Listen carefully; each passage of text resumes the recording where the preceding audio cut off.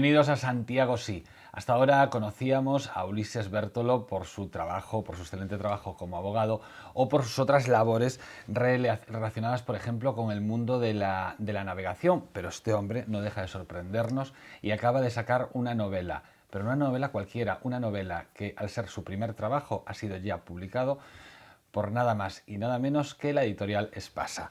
Ulises, bienvenido. Muchas gracias. ¿De dónde Muchas sacas el gracias. tiempo? Esa es una buena pregunta. Esa es la primera pregunta.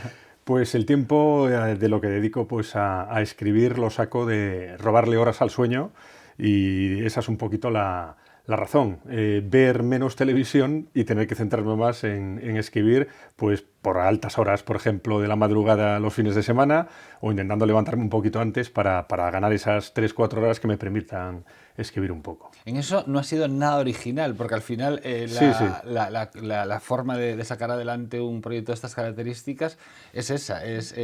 No se puede, creo que era Tenen Simois que decía, no se puede ser escritor de fin de semana, ¿no? Porque no puedes esperar al viernes, o digo al sábado y el domingo para escribir, y si quieres hacer algo continuado, al final no queda más remedio que robarle horas al sueño y supongo que a la familia también. Sí, claro. De hecho, con algún reproche por que otro, ¿no? Lógicamente. Pero bueno, lo que intento es eso, el tiempo de ocio que tengo después de dedicarme a una profesión que es muy absorbente como es la de abogado, es al tiempo de ocio dedicarte pues un poco a la familia y bien, y el tiempo que te queda libre pues robarlo para procurar además lo que dices, que tenga una continuidad, aunque sea pocas horas, pero siempre un poco apegado a la historia, porque si no es mucho más difícil volver a retomarlo si pasa tiempo, ¿no? Sin que estés encima de la historia que estás escribiendo. ¿Por qué? Bueno, ¿por qué? Esa es una buena pregunta. Yo es que siempre es algo que tuve ahí. A mí me gustó incluso empezar a escribir antes de leer. Es decir, siempre me gustó contar historias. La profesión de abogado tampoco difiere mucho en lo que significa estar escribiendo, porque los abogados nos pasamos todo el día escribiendo. Es cierto que de materias monotemáticas, materias jurídicas. Y si fueras yanqui, mucho más. Bueno, entonces ya sería, vamos, impresionante. Pero claro, es que los abogados, una parte muy importante de los escritos que presentamos ante juzgados o de lo que hacemos fuera de juzgados, significa el tener que poner lo mejor de ti mismo para contar las cosas de una forma precisa y que los que demás que van a leer pues entiendan y comprendan el mensaje que das. Con lo cual, a mí personalmente no me supuso ningún trauma y es algo que siempre estaba ahí y que un día me decidí pues a sacarlo fuera. ¿Y tuviste que mantener grandes litigios con el pudor? Bueno, pues sí. Ha habido ahí momentos en los que uno dice, uy, me da un poco de cosa. ¿Qué hago yo? ¿Qué hago yo? Sí. He intentado ser lo más, en fin, sincero posible, pero en algún momento sí que he puesto un poco el freno de mano. Pero no en algo que afectase a lo que yo quería contar. Lo que yo quería contar está ahí siempre. ¿Cuál era tu aspiración el primer día que te sentaste o en serio, ¿no? Que dijiste, bueno, de esta va, ahora sí que me voy a sentar a escribir mi primera o mi segunda, no sé, porque a lo mejor en el cajón hay guardadas otras historias, pero bueno, esta novela, ¿cuál era tu aspiración, tu primera aspiración? Mi aspiración era terminarla.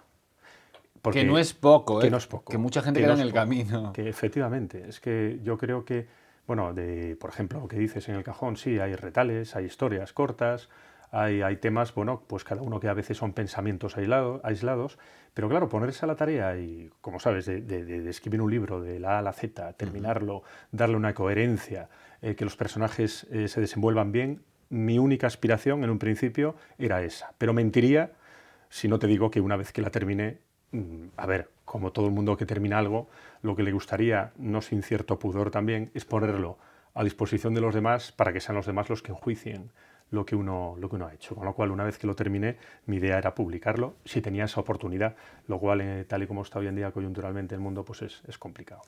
¿Tú eras un gran lector? Sí. Pero gran lector, no tampoco comprometido a tener que acabar todos los libros que uno empieza, porque sí que hay lectores que empieza un libro, esté apegado a él o no, lo termino. Mi compromiso en ese aspecto es mucho menor. Es decir, yo si una historia me atrapa, lo termino y si no empiezo otro. Y en alguna ocasión, pues como ahora, sí que es cierto que ahora tengo poco tiempo para leer, porque ya se me dedico a leer, claro. No puedo dedicarme a a esto de escribir en el poco tiempo que tengo, ¿no? Pero leo aquello que me es útil ahora, más para lo que me está interesando en estos momentos. Y bueno, y a veces sí, empiezo 2, 3 libros y termino uno. Y dentro de esa situación también me coloco yo cuando me voy al otro lado. Es decir, entiendo que lo que intenté es hacer una historia que, sobre todo pensando en que alguien se sintiese apegado a seguir leyendo la historia sin necesidad de hacerlo por compromiso. O sea, lo escribías y tu finalidad era terminarlo, pero siempre teniendo muy en cuenta a ese supuesto lector. Sí, sí, pero más contar una historia que a mí, un poco haciendo abstracción, que me gustaría que me contasen, Claro. ¿no? O sea, más que pensar, es decir, una historia en la que yo me quería sentir cómodo con ella y luego ya, sí que es cierto, una vez que la terminé, pues hombre, el decir, ¿y ahora qué? ¿No? El gran interrogante, ¿ahora qué es lo que hago? Cosa que solucioné en un viaje en tren desde Madrid.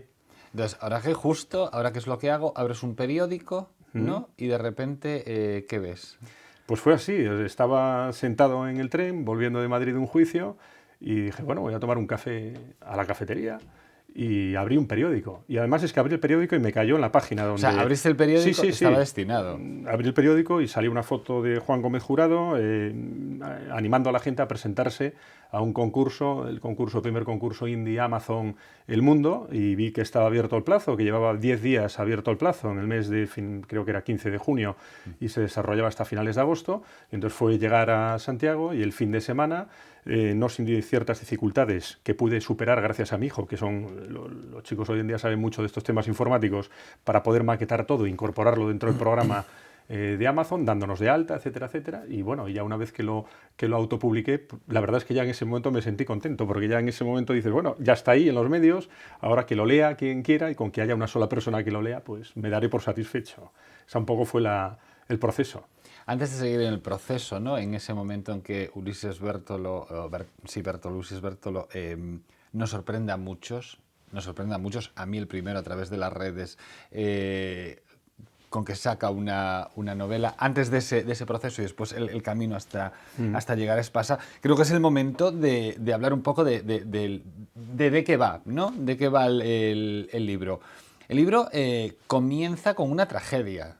O sea, hay una tragedia que es el detonante de todo lo que viene a continuación, ¿no? Un hombre que pierda a su pareja, pierda a su mujer en un accidente de tráfico y eso hace que se derrumbe.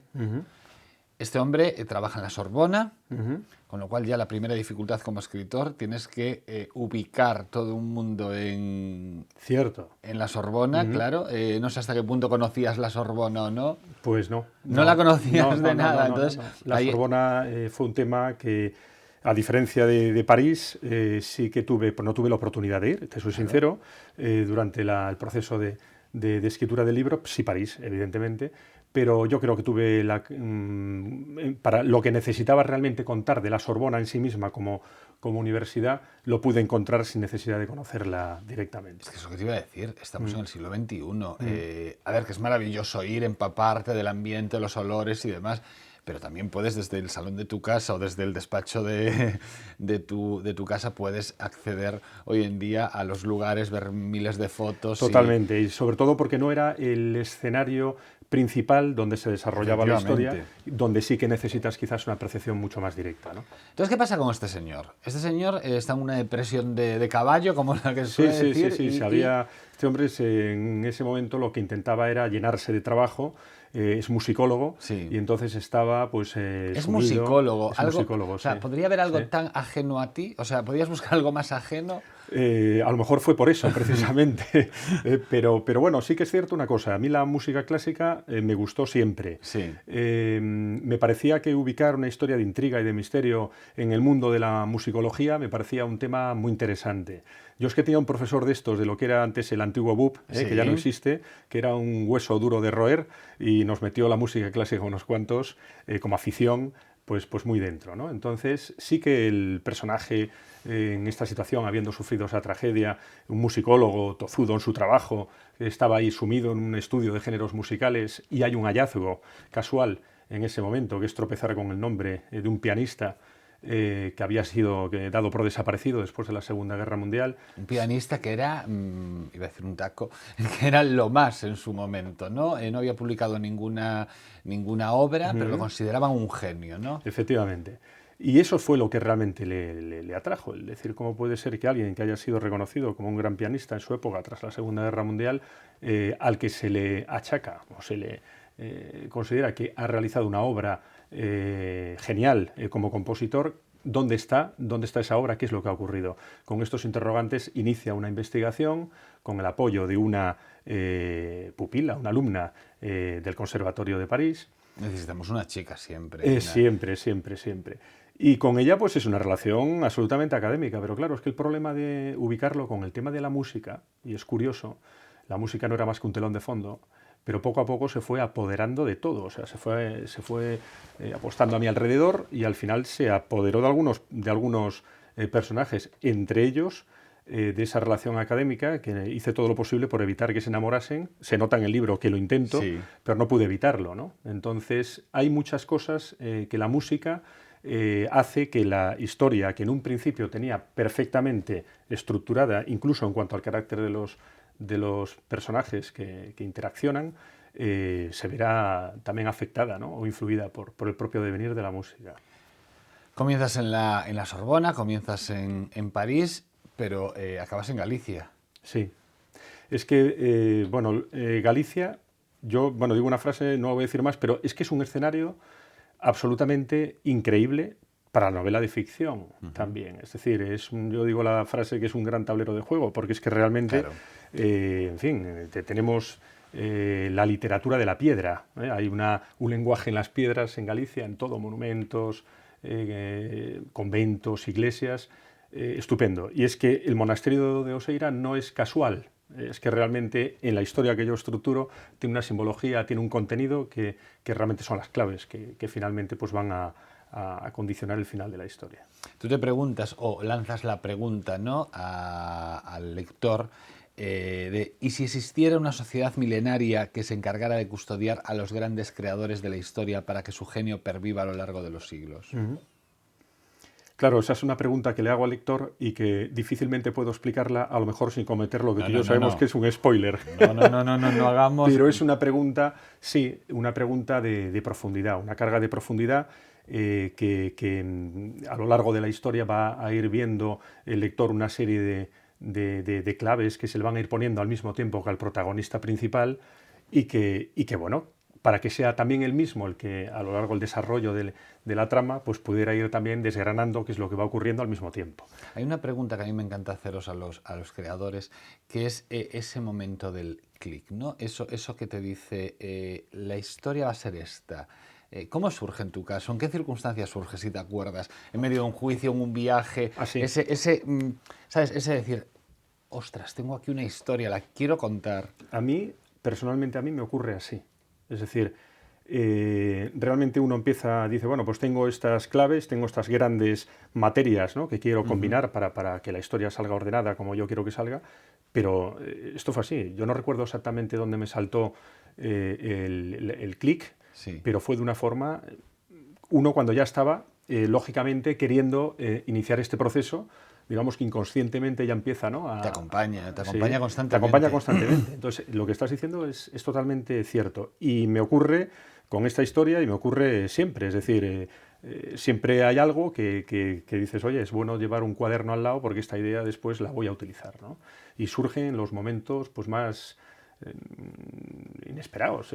Durante un juicio, hombre, complicado porque estás un poco concentrado, sí. Pero a lo mejor con la velocidad que lleva uno en la cabeza después de un juicio sí que es un buen momento para que se te pueda ocurrir algo de ficción que contar, ¿no? Dicen que los escritores al final escriben, da igual lo que escriban, siempre escriben de lo que tienen más cerca. O sea, da igual que estés escribiendo una historia de ciencia ficción situada en Venus, que al final de lo que estás hablando es de tu entorno, ¿no? Pero lo vas situando en diferentes contextos. ¿Cuánto hay del mundo de Ulises Bertolo en esta novela? Hay mucho, pero quizás de la faceta que menos se conoce. Lo he difuminado, supongo. Sí, sí, sí. Hay mucho de mí, de mí. A lo mejor en cada uno de los personajes no hay ninguno en el que se me reconozca por entero, pero sí que quizás un cachito de uno, pues va viéndose en los distintos protagonistas. Del día a día, de lo cotidiano, poco, porque yo realmente en esto de la literatura escapo de lo que es, por ejemplo, mi profesión habitual. No hay un abogado en la historia. Sí, hay dos. Hay dos abogados. Hay dos abogados. Es inevitable, eso es un homenaje necesario que tengo que poner, pero yo no me he apoyado ni pretendo, porque aparte no me interesa tampoco, no me motiva escribir sobre lo que es algo que ya realizo a lo largo de mi jornada laboral todos los días. No me inspiro en procesos judiciales que llevo, aparte porque me da cierto pudor. Me da mucho pudor porque cuando uno trabaja y defiende a personas, conoce sus dramas personales y de alguna manera yo creo que estamos obligados a una confidencialidad que debe extenderse pues a todo. Entonces es un departamento estanco y creo que tengo mucho que contar. Tienes mucha imaginación, ¿no? Sí, realmente, bueno, por lo menos intento que esa parte, ¿no? Que decías, espontánea, que surge en uno, pues tenga ese recorrido en la ficción no basada en el día a día de lo que hago. Hoy estamos hablando de La sustancia invisible de los cielos, la primera novela de Ulises Bertolo, que está editada por la editorial Espasa. Es una novela llena de intriga, de misterio, de drama, de amor, bueno, al final de lo que es la vida y supongo que con alguna pequeña también pincelada de humor. Hacemos un pequeño parón en esta conversación con Ulises y volvemos ahora para que nos explique, una vez que tenía el libro, qué pasó con él. Libraría Couceiro, no corazón de Compostela. 5 plantas cunha ampla oferta para todo tipo de públicos. Literatura infantil e galega, guías de turismo, novidades en español. Dispoñemos dunha sección con numerosos exemplares en oferta. Na Praza de Cervantes, Libraría Couceiro. Hoxe na Libraría Couceiro, premios, guías de viaxe, máis cadernos de viaxe, efectivamente, cadernos de viaxe, e un rapaz que é capaz de crear neve, faga o tempo que faga. Así veña un sol de xustiza, el ten capacidade para crear neve. O cal tamén pode ser interesante en algunha situación, non En che moitas parece? situacións, un bo monte de neve diante de algunha que eu me sei pode ser moi interesante. Pero xa é tema para outra historia. Efectivamente, deixámoslo para despois. Bueno, pois comezamos co despois, premio. cando xa non falemos de libros. Claro. Comezamos co premio que falabas, que é o Premio de Narrativa Ricardo Carballo Calero 2014, que concede o Concello de Ferrol, e que este ano pois foi para Cristina Pavón co título A busca da orixe perdida das especies, que aquí onde o ves é un libro con 5 relatos. Chama moito a atención de primeiras que un premio recoñeza un traballo feito a base de relatos, porque normalmente sempre cando é narrativa sole ser unha novela, mesmo, non máis curta, pero e como que o xénero de relatos ás veces considérase un traballo menor, non? Eu xa non sei se é tanto que se considera un traballo menor como que para levar un premio, é dicir, son 5 relatos, te imagínate, ao mellor 3 poden ser moi bons e 2 moi malos. Sí. Para min creo que é máis difícil de valorar. Por eso chama moito atención e pareceme moi interesante ese punto de partida, non? Que sexa un libro de relatos o Carballo Calero de 2014. E de relatos, neste caso, pues, todos referidos ao tempo, digamos, non? Hai 2 deles, os títulos, e que non me lembro os relatos, bueno, a ler. Mira, hai 2 deles que Sara e os años e Culler, que se remontan á infancia, non? E os desacogos que se producen pues, cando estamos, digamos, na casa familiar. Logo hai outro que é A máquina de Proust, que fala dun tempo futuro, cos avances tecnolóxicos. Que Proust non é a única vez que aparece neste libro. Efectivamente. Linda en todo. Despois despois hai outro que O pomo da porta do paraíso era unha castaña. Gustame moito ese título. Un título, verdad? Pois que reflute un pouco o medo á perda da inocencia.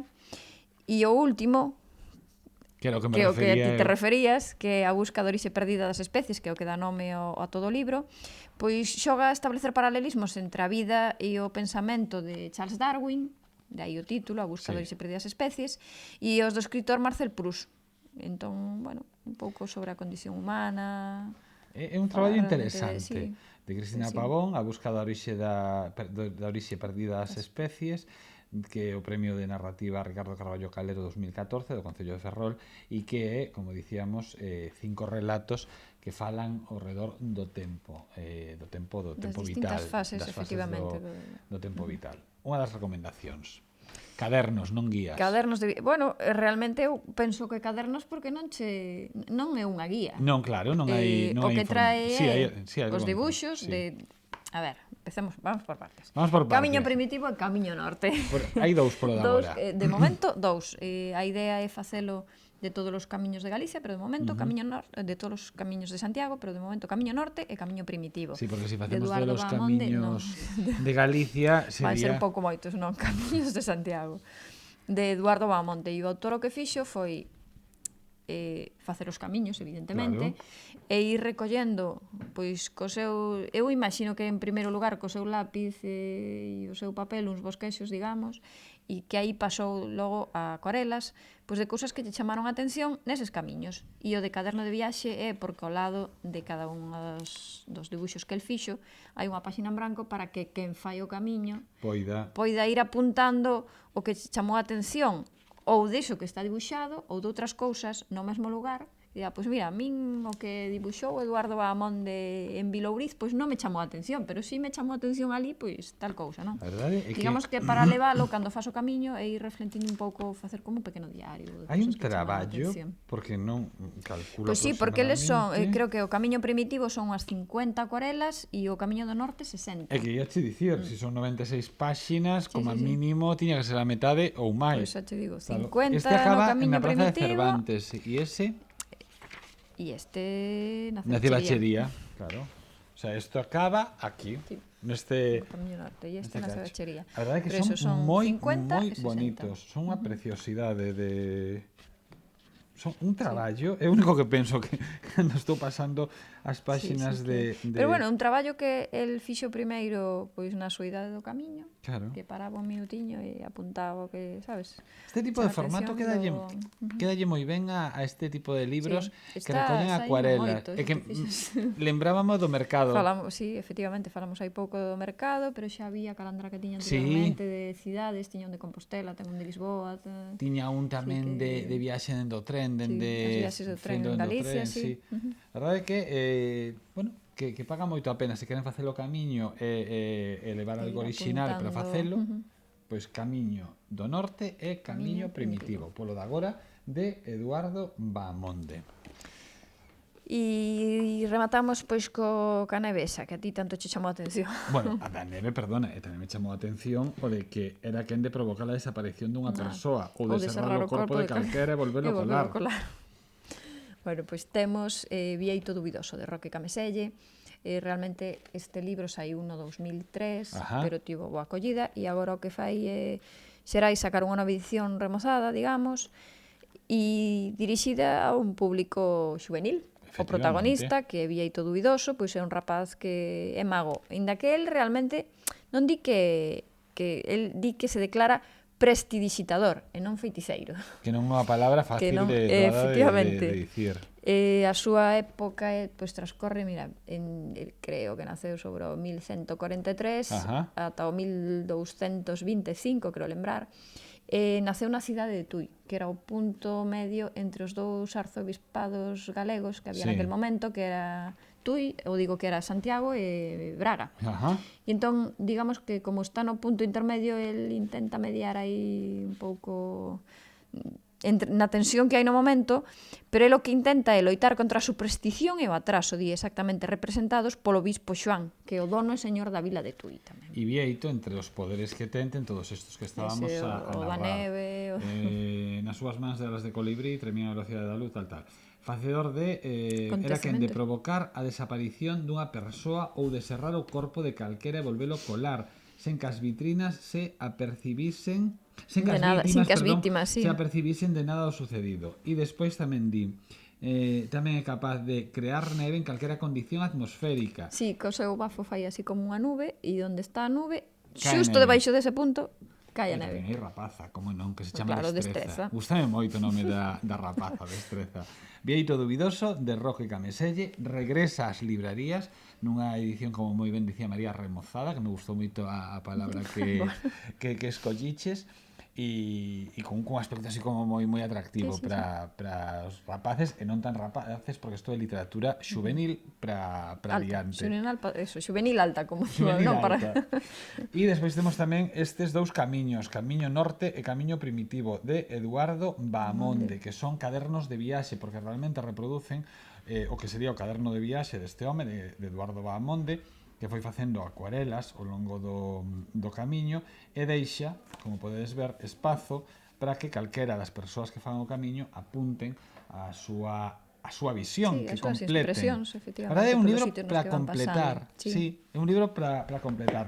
E tamén tiñamos hoxe a Cristina Pavón a busca da orixe perdida das especies, que foi o premio de narrativa Ricardo Carballo Calero 2014 do Concello de Ferrol, e que é un libro feito ou artellado ao redor de 5 relatos que tratan ou teñen un eixo que é o tempo, pero non o tempo de Vieito, sino o tempo vital de cada un de nós. Moi interesantes. Bueno, intentamos buscar todas as semanas cousas interesantes, Claro. pero es que ás veces non hai. Bueno, pero si intentámoslo. sempre se Algo busca, atopamos. sempre se atopa algo. Ata vindeira semana. Está vindeira semana. Tenemos todos un poco de los dos. Y el problema es que, desgraciadamente, en una sociedad tan competitiva, tan difícil como la que vivimos, pues están predominando los gavilanes, los halcones, es decir, los que se aprovechan de la bondad, de la suavidad de los demás, de ese concepto de paloma, ¿no? Todos tenemos un poco de los dos, pero desgraciadamente lo que más llama la atención son los halcones. Especialmente en algunos sectores como el mundo empresarial, el mundo económico, ahí el halcón tiene su caldo de cultivo ideal, es el campo donde él juega a su favor siempre.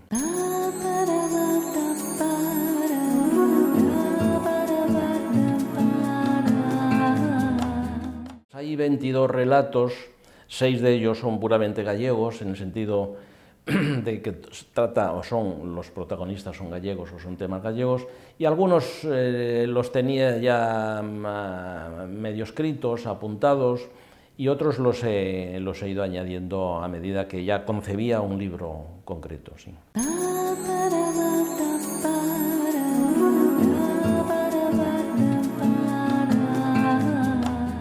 Este libro tiene mucho de realidad. Hay bastante de los relatos que están basados en hechos reales, y ya no solo, bueno, concretamente los 6 que son de tema gallego, pues repaso esos grandes temas gallegos de siempre, la emigración, la figura del indiano y sus costumbres, el emigrante, la fiesta como la fiesta del magosto, por ejemplo, ese tipo de cosas. Es decir, tienen bastante que ver con la realidad. Y algunos de ellos, por ejemplo, hay una historia ahí bonita de un afilador gallego que acabó teniendo 2 familias, una en Zaragoza y otra en Orense, que más o menos es un tema real. Es decir, él con la rueda estaba unas temporadas determinadas en Zaragoza y otras temporadas determinadas en Orense. Con matices y con algo de ficción, es un hecho real. O sea que casi todos los relatos en este libro tienen bastante que ver con la realidad.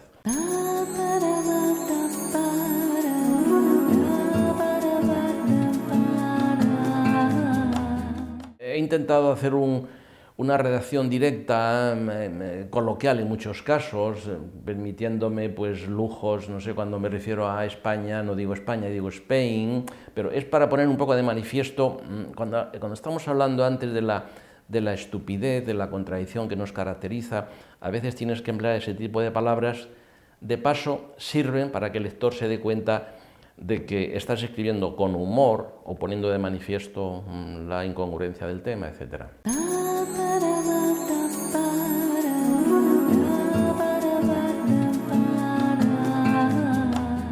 El problema es que me corre prisa, porque no, he empezado a escribir muy tarde y entonces ahora llevo 4 libros, bueno, tengo 5 porque tengo una obra de teatro escrita que se llama Te sacarán los ojos, y la evolución yo creo que normal, es decir, no es cierto eso que dicen que la primera obra siempre es casi autobiográfica y que a medida que pasa el tiempo te vas desprendiendo de la autobiografía. Yo no acabo de desprenderme con este libro, siempre me veo empantanado ahí, me veo metido de pies enteros en los temas, que cuento algo que me ha pasado, que he vivido o que he visto de una muy próxima a mí, ¿no? Pero en fin, la evolución creo que normal, es decir, cuando lleve más libros escritos lo mismo, ya se me acaban los temas personales o lo que conozco, tengo que inventármelo todo, pero de momento aún queda juego. Hoy en Santiago sí estamos hablando con Ulises Bértolo de esta novela, de La sustancia invisible de los cielos, su primer trabajo de ficción editado por Espasa. Decía yo antes que supongo que tendría alguna pincelada de humor, ¿no? Alguna cosa pequeñita. Sí, también. Al final es la vida, ¿no? También tiene retales, tiene alguna anécdota incluso real, que incorpora a alguno de los personajes dentro de sus propias vivencias en el libro. Entonces tienes tu libro, con la ayuda de tu hijo lo subís a un... Bueno, de toda la familia. Como no diga de toda la familia, puedo tener un problema, efectivamente, sí. Con ayuda de toda la familia lo subís a Amazon, a ese concurso indie, y ahí empieza para mí, te lo dije, el Ulises más inteligente, el Ulises que utiliza las redes sociales. Muchas veces se habla, ¿no?, hoy en día de la utilización de las redes sociales, si nos fagotizan poco menos, pero tú no, tú hiciste de las redes sociales una herramienta de promoción. Totalmente, porque aparte como era en formato electrónico y el proceso todo de... Y no es nada criticable, es más, No, sí, es algo para que la gente tomase ejemplo. Sí, yo creo que sí. Aparte, en mi caso en concreto, es realmente aprendiendo sobre la marcha. Es decir, yo no era...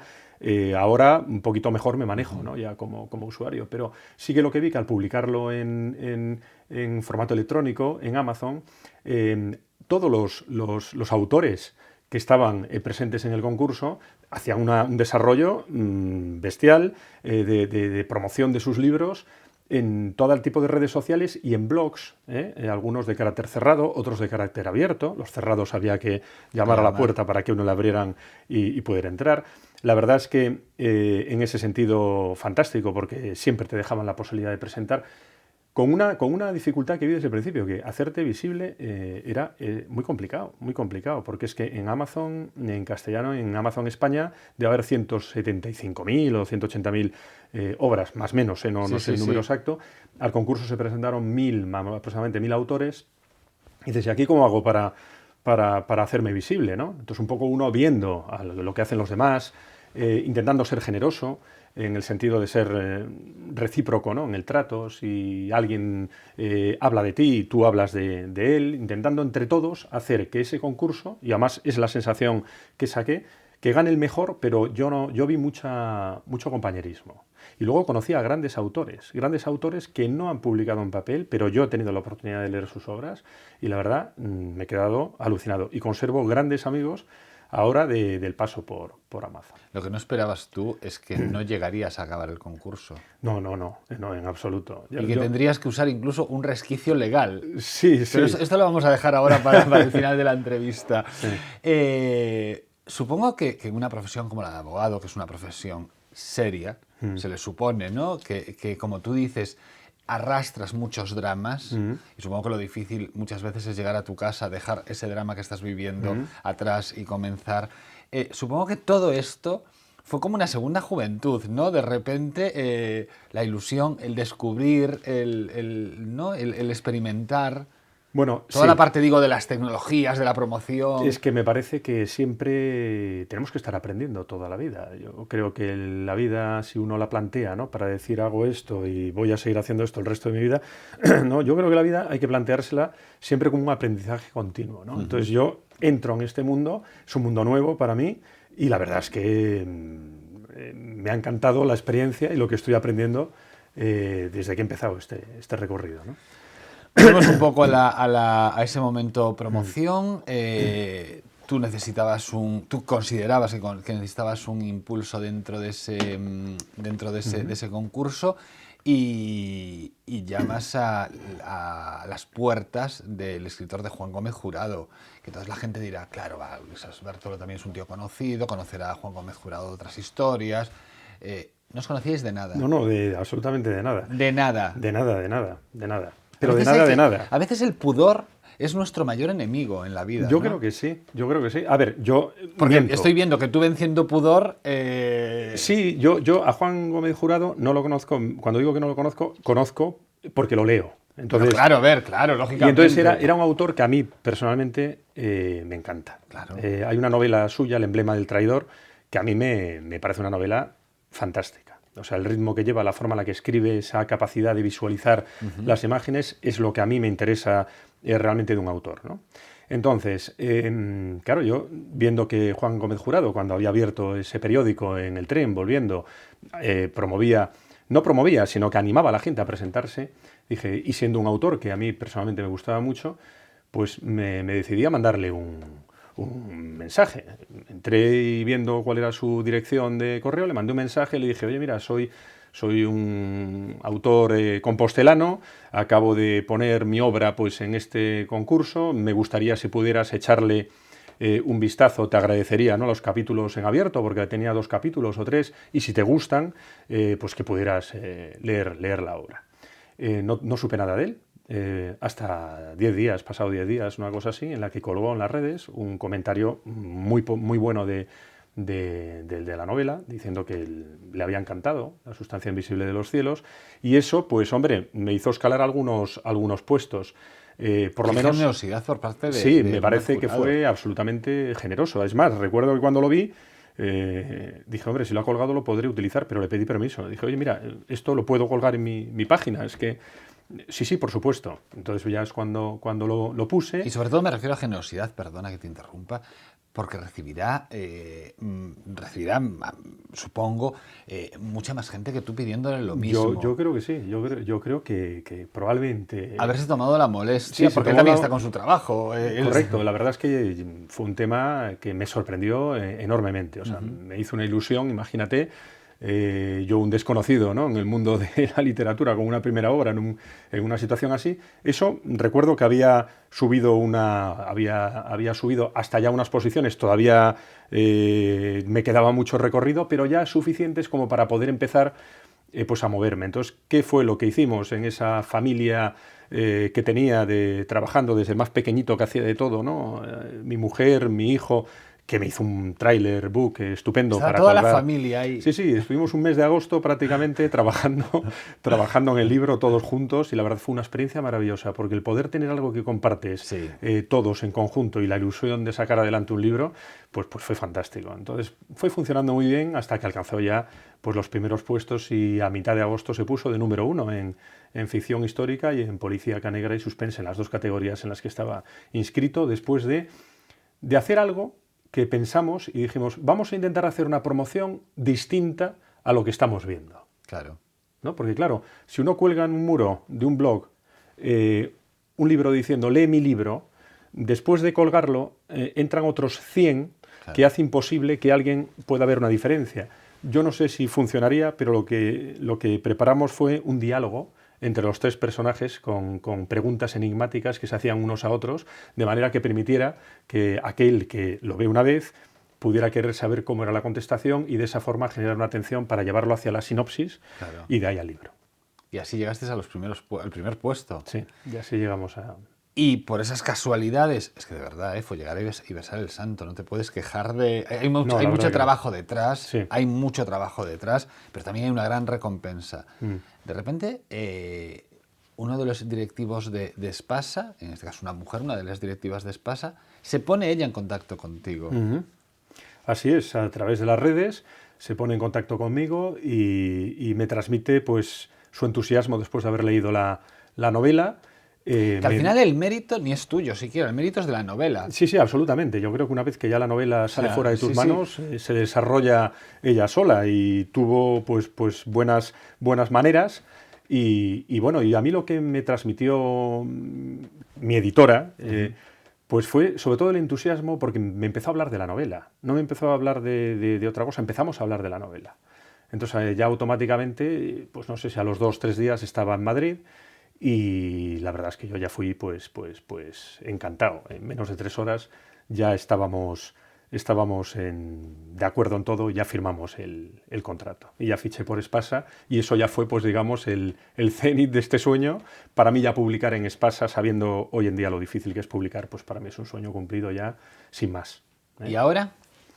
Bueno, pues ahora, claro, ahora ya una vez que estamos ahí, pues empezamos la campaña, ¿no? con el libro y bueno, y la cuestión es saber qué tal se desenvuelve, ¿no? ¿Y tu cabeza? Mi cabeza está en otra historia ya. Pues eso es lo que te quería... Sí, mi cabeza está, yo ya estoy escribiendo, ya esta es una novela que ya tiene su desarrollo, ya digamos que un poco deja desde el momento en que ya entra en publicación en papel de ser mía y yo ya estoy con otra historia en ese tiempo de ocio que tengo, totalmente volcado con ella. ¿Y escribes con más tranquilidad ahora? ¿O con más presión? Porque, No, claro, sin presión. Sin presión. Y es curioso porque, por ejemplo, ayer hablando con un autor que ha tenido éxito, que es un autor que ha salido también de Amazon y ha fichado, su gran preocupación era que empezaba con la promoción y ahora que escribo. Claro, es que muchas veces es peor la segunda novela que la primera tenga éxito, la segunda... Yo es que lo que pensé ya es en empezar a estructurar en esos tiempos que uno se le van viniendo ideas y luces y yo ya estoy muy avanzado con la segunda y la verdad es que no sentí tampoco ninguna presión, porque yo, claro, yo creo que quizás el éxito de poder escribir sin presión es no ser demasiado maniático. Porque si uno, como escuchaba hace poco a alguien, necesito escribir con una temperatura media de 20 grados centímetros, sin un ruido que no pueda escuchar, con un nivel de luz tal, conseguir todo eso es prácticamente imposible.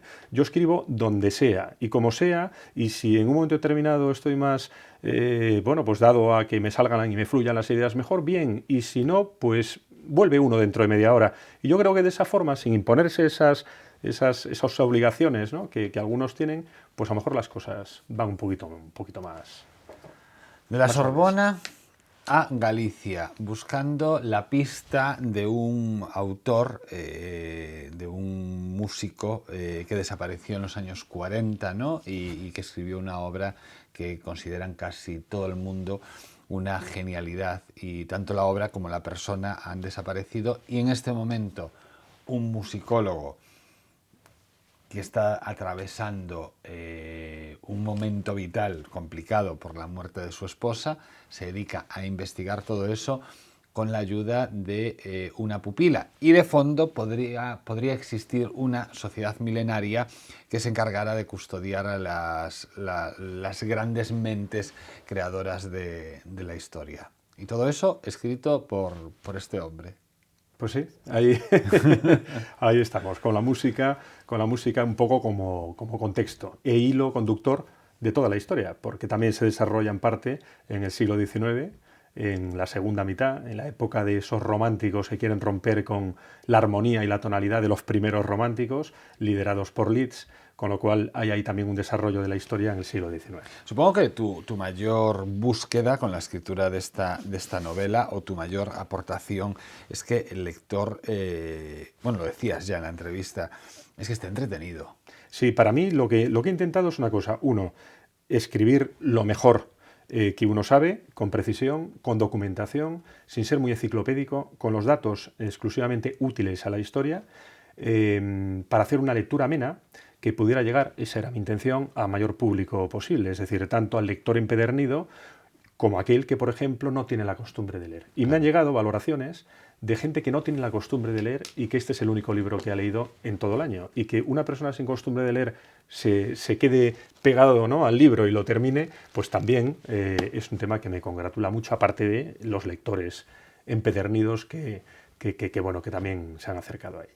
Pues muy mal, ¿eh? Muy mal lo de leer solamente un libro al año. Hay muchos libros en el mundo, muchos libros. Me parece estupendo que este sea el detonante. Exactamente, El detonante por lo menos para sirve.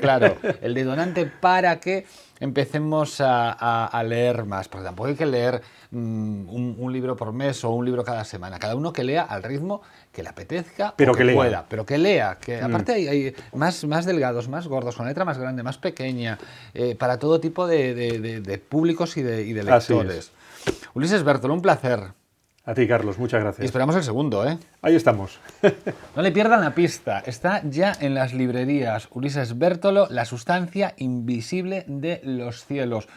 Un libro con intriga, historia, drama, amor, alguna pequeña dosis de humor y lo más importante, escrito por alguien nuestro, por Ulises Bértolo. En todas las librerías, editado por Espasa, La sustancia invisible de los cielos. Marchamos, estamos en Santiago Sí, en Correo Televisión. Sean muy felices.